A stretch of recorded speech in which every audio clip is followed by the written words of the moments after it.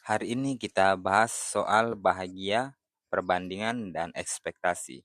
Kita mulai. Pernah nggak sih kamu ngerasa gajimu naik, tapi rasanya malah kurang puas? Atau lihat teman-teman sekitar gajinya lebih rendah, tapi kita malah terlihat lebih bahagia? Kenapa bisa begitu? Nih penjelasannya. Aku kasih contoh nih. Dulu aku gaji 2 juta, tapi rata-rata orang di sekitarku 1,5 juta. Rasanya wah seneng banget kayak dapat bonus setiap hari. Tapi pas aku pindah kerja, gaji naik jadi 4 juta, tapi rata-rata teman sekitar itu gaji 6 juta. Tiba-tiba aku malah insecure. Minder, rasanya kok aku nggak sehebat mereka ya. Fenomena ini nggak cuma aku yang ngalamin, banyak orang juga. Ini berkaitan sama yang namanya teori perbandingan sosial dan ekspektasi diri. Yuk kita bedah satu persatu, biar ngerti kenapa perasaan kita kadang nggak masuk akal ini bisa muncul. Jadi bro, menurut psikolog Leon Festinger dari tahun 1954, kita cenderung menilai diri sendiri berdasarkan perbandingan dengan orang lain. Ini yang disebut social comparison theory.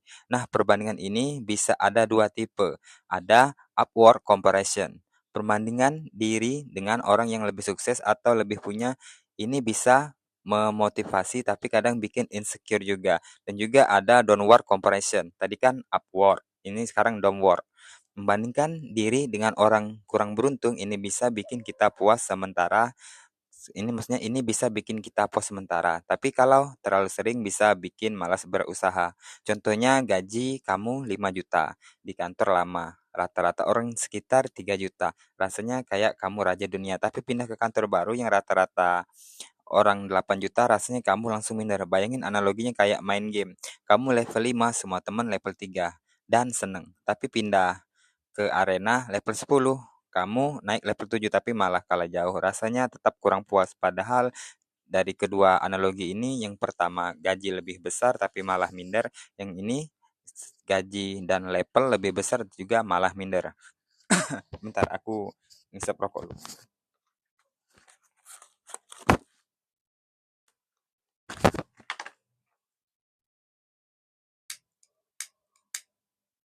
Hmm. Nanti aja yang mau ngopi, yang mau ngudut ngudut dulu. Oke, kita lanjut. Selain perbandingan sosial, ada faktor lain yang memengaruhi kebahagiaan kita, ekspektasi. Kadang kita nggak puas bukan karena kondisi kita jelek, tapi karena ekspektasi kita yang ketinggian.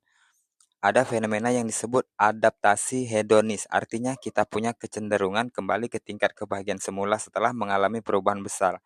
Misalnya gaji naik atau beli barang baru. Jadi walaupun kondisi kita membaik, rasa puas bisa nggak meningkat signifikan. Contohnya nih, aku dulu beli motor baru. Seneng banget kan di bulan-bulan pertama, tapi pas lihat teman-teman beli motor lebih keren, senangnya hilang, motor aku masih, padahal motor masih oke.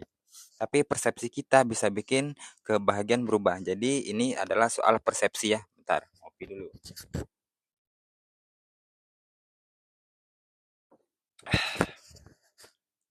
Fenomena ini juga mirip kayak Esterlin Paradox yang bilang peningkatan pendapatan nggak selalu bikin kebahagiaan naik seiring waktu karena standar perbandingan juga ikut naik.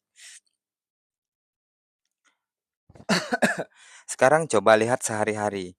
Media sosial misalnya Instagram, TikTok, YouTube, semua bikin kita bandingin hidup kita sendiri sama orang lain. Lihat rumah, gaji, liburan, semuanya serba wah. Padahal belum tentu itu bikin mereka bahagia juga.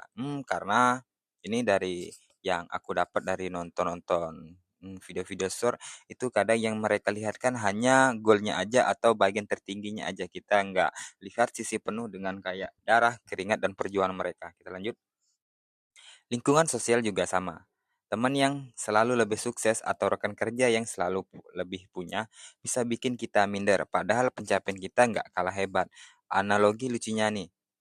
Ini kayak makan es krim rasa coklat, enak banget. Tapi pas lihat teman makan es krim rasa vanila yang lagi hits, rasanya kok es krim kita jadi kurang kekinian. Ini masalah perbandingan ekspektasi dan rasa kurang bersyukur sih mungkin dari sisi agama ini namanya kayak kurang bersyukur.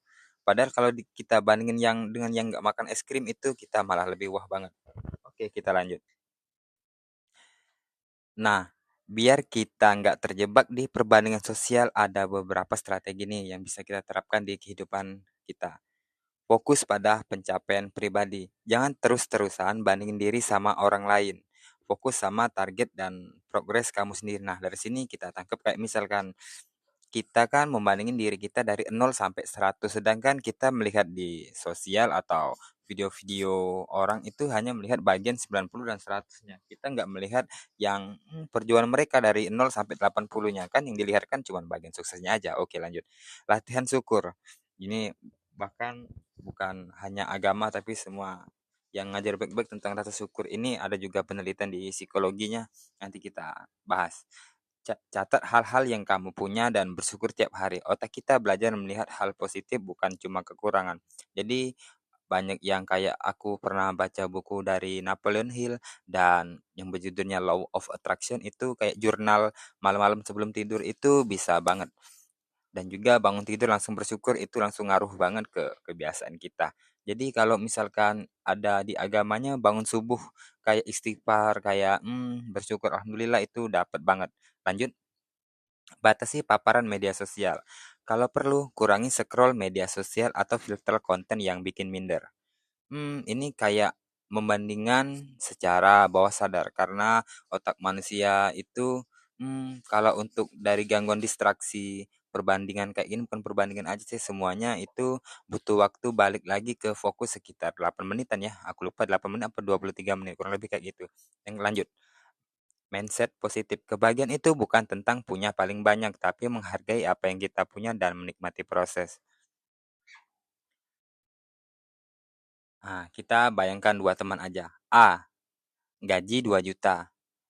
Temannya semua 1,5 juta. Sama dengan bahagia. B, gaji 4 juta. Temannya semua 6 juta. Kurang bahagia. Fenomena ini nyata banget di kantor, sekolah, bahkan keluarga. Coba kalian bayangin sebentar sekalian aku ngisep rokok dulu.